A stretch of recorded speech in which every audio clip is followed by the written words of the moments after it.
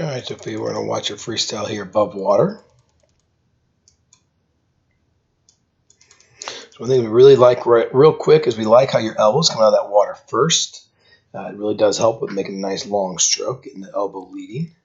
And you also have a very nice high elbow, and your hands are a little bit lower in that water, which is great. You always want to keep your hands low, your elbows nice and high.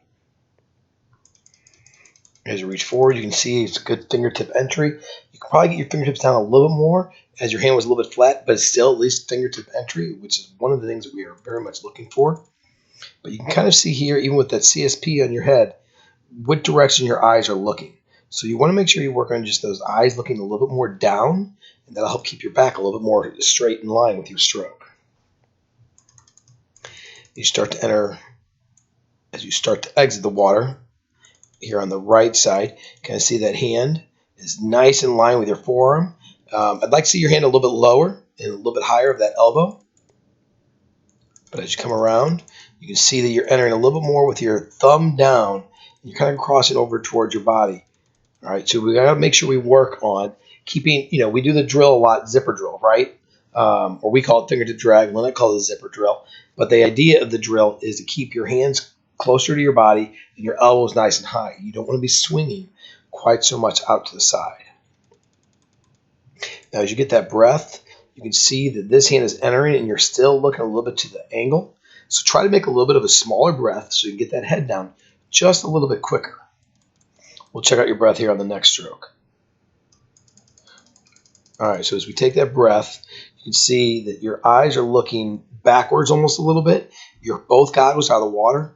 Ideally, what we'd like to see is this part all underwater. So lay your head down a little bit more and just let one goggle come out and keep one goggle in.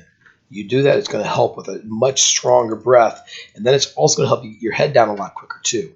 Because you're breathing so high up and a little bit late, you can see that your head's just barely starting to move down as your hand is entering that water. So we really need to work on letting that head down a little bit quicker. Kick looks nice and steady, but I do think we could bend our knees a little bit more. If you bend those knees just a little bit more, your kick is going to get even stronger all the way through. As we go into the turn there, we don't want to be breathing that last stroke into the wall. One of the things we've been working a lot on is trying not to at least breathe in from the flags in or out of the wall. But at least, even if it's just 2 strokes without a breath, I'd be happy with that. Good job bringing those legs over. Nice dolphin kicks out there. I'd like to see a little bit more flutter kick right after. Okay, I want to see really strong dolphin kicks and then great flutter kicks all the way through.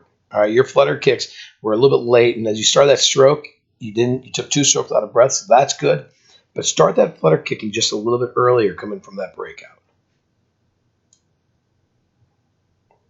Yeah, really good job, Sophia.